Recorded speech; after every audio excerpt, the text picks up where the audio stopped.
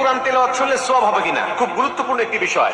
আমরা অনেকেই কিন্তু এখন মোবাইলের মাধ্যমে কোরআন তেলাওয়াত শুনি এবং মোবাইলে কোরআন তেলাওয়াত করি।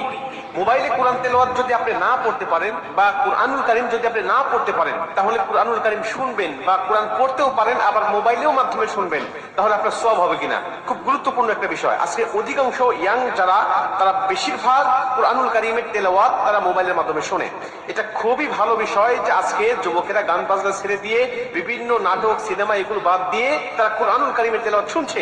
রাত্রিবেলায় কোরআন তেলাওয়াত শুনতে শুনতে অনেকে ঘুমিয়ে যাচ্ছে। আর কোরআন তেলাওয়াত শুনলে আপনার সওয়াব হবে কিনা, এই ব্যাপারে আল্লাহ পাক স্বয়ং নিজে কুরআনুল কারীমের মধ্যে উত্তর দিয়েছেন। আল্লাহ বলেছেন, ওয়াইদা কুরিয়াল কুরআনু ফাসতামিউ লাহু ওয়ানসিতু লাআল্লাকুম তুরহামুন। আল্লাহ পাক বলছেন, যখন কুরআনুল কারীমের তেলাওয়াত হয় তখন তোমরা চুপ থাকো, তোমরা কথা বলো না। ওয়াইদা কুরিয়াল কুরআনু ফাসতামিউ লাহু ওয়ানসিতু লাআল্লাকুম তুরহামুন, এবং মনোযোগ সহকারে তোমরা শ্রবণ করো, আশা করা যায় যে আল্লাহ পাকের রহমত তোমাদের উপর বর্ষিত হবে। আল্লাহর কোরআন আপনি শুনবেন মোবাইলের মাধ্যমে হোক, আর কারো কণ্ঠে হোক, আর সামনাসামনি হোক, আপনি যখনই কুরআনুল কারীমের তেলাওয়াত শুনতেছেন তখনই আল্লাহ আপনার উপরে রহমতের বারিধারা বর্ষণ করছেন। অতএব মোবাইলের মাধ্যমে আপনি কোরআন তেলাওয়াত শুনতে পারবেন, এটা হলো প্রথম নম্বর কথা। দ্বিতীয় নম্বর কথা, আপনি যদি কুরআনুল কারীমের তেলাওয়াত শুনতে শুনতে ঘুমিয়ে যান, বা কুরআনুল কারীমের তেলাওয়াত শুনতে শুনতে আপনি যানবাহন করছেন, চলাচল করছেন, বা কুরআনুল কারীমের তেলাওয়াত আপনি বসে বসে শুনতেছেন, এমন অবস্থায় যদি আপনার মৃত্যু হয়ে যায়, নবীজি বলছেন, আল মাউতু আলা আমালিন সালিহ, যে ব্যক্তি ভালো কাজ করারত অবস্থায় দুনিয়া থেকে বিদায় নিয়ে চলে যায়, আল্লাহ পাক তাকে জান্নাতি মরণ দেয়, জান্নাতি মৃত্যু দেয়। আমাদের মৃত্যু কখন হবে, আমাদের মরণ কখন চলে আসবে, আমরা কেউ জানি না।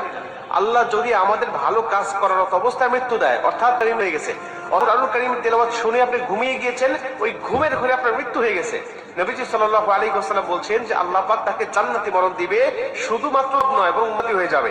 আর কোন ব্যক্তি যদি জান্নাতি মরণ পেয়ে যায়, তার কবরে, হাসরে, মিজানে, ফুলসিরাতে কোথাও তার কোনো বাধা নাই, কোথাও তার কোনো টেনশন নাই, সরাসরি আল্লাহর 10টি পৃথিবীর সমান একটি করে জান্নাত তার জন্য অপেক্ষমান।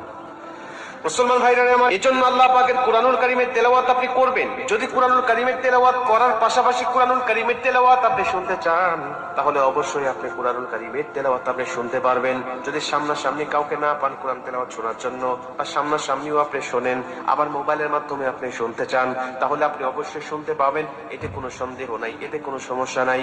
বরং যতক্ষণ আপনি কুরআনুল কারীমের তেলাওয়াত শুনতে থাকবেন, ততক্ষণ পর্যন্ত গুনাহ থেকে বেঁচে থাকতে পারবেন, এবং যতক্ষণ কুরআনুল কারীমের তেলাওয়াত আপনি শুনবেন, ততক্ষণ পর্যন্ত আপনার আমলনামায় ফেরেশতারা সওয়াবগুলোই লিখতে থাকবে।